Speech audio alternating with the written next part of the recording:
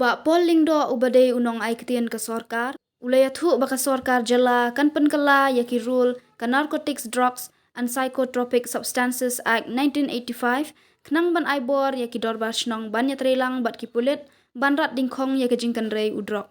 Habakran haga hanyo tarik jeliau arhaja arpaulai uba pol ulaong bakat kum ka report ka balai Snem Mynshwa ka jingkan rei udrok kalakta ya arlak Shiteng Gibriu bat menta kalak ban khambun syu.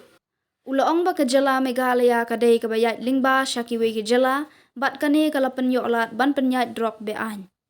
These were statistics that are readily available with us. These were compiled, I think, 3 years ago. Yeah, so we will need to update those statistics, and that can only be handled once the new incumbent takes over as director. Ba ke Shillong kadai ke transit point ke ba Kibrigi pendon kami ke national highway ban lek Kiwi states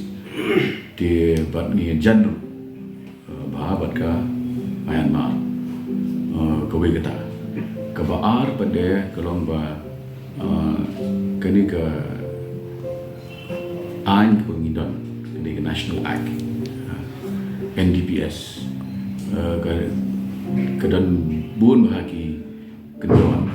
Kiba hanglan ya ke police, for example, ya ke police bikin terekam effectively Kibo ya ke onus of responsibility ha beri balik ban object balik mudui bapentip ba suspect tirai kabangila ban le kalau mamenta ngin penklan yiki rules mari rules jonki central acts nishna mangi state government the immediate priority jong ngi hangni kalau ba ngin penklan in titan yaki rules ki wangi dan ngin pelong full proof yaki kenang ba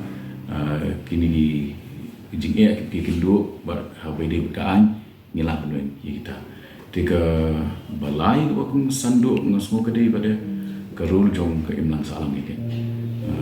nado ki educational institution nado ki niam balang ba ngin hikai ya ke jinglong adakar rengki sama ki jongi ti pindah pet hakat kumop mention di kata hangi jongi nado na wan pai nomi kuat gila intensify gila hamjur eki rates but kan gila imply success stories gila hambun gila ke quantity jongki seized drugs gila kiu ti idan kamru ya ke support jongka community berpawai in a state, especially considering the fact that most of these drug users are youths who are in their 20s up to 30s, a very productive age, and also that we have even not just boys, even girls indulging in drug addiction, and this is again linked to issues like AIDS and HIV and a general lack of direction in life for these young people. So we will be advocating for more awareness programs, and we will certainly pay more attention to this aspect. Kini ki rules idai Kiba ngin hapan pet bian nomor kani idai ka Central Act NDPS kedeka National Act Henry yaki rules la frame daki state government dia ban aibor ya ki dorbarshnong traditional institutions kebut ni hapan revisit yaki rules ngin hapan penting kena ba ni amend di rules ha kata berkom ba ngin ai bor langi hi dor pasno hapo jong kani act nama kani ka central act ka ba nginom la ban men mengi ka act endre ngin amen ki rules under the act dikata ka jikit clear ka ba ngan shim haladi ban penting ba